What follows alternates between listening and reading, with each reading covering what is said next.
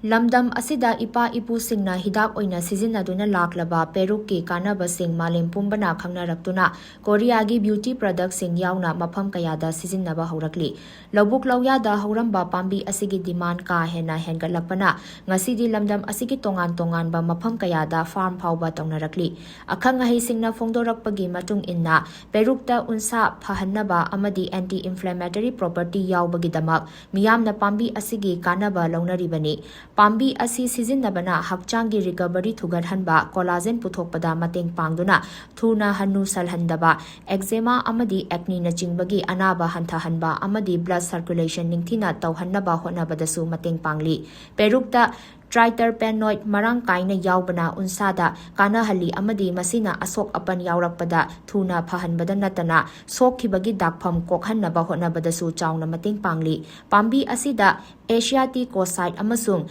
madi casoside yauna active compound kaya yaubana structural protein synthesis ta chauna mateng pangi masina unsa nauthokhanbada natana khuijil handana thambadasu mateng pangli Unsada ngangshinba hakajabana chingba kayasu Peruk sizinabana phahali masigi mathakta unsada yaujariba mahausagi marek sing asi manghandana thamduna unsada thokadaba infection na chingba kayadagisu Peruk na ngakthokali kanagumba kharanadi Perukda neuroprotective properties sing yaubana pambi asi memory phagatnaba pukning wakhal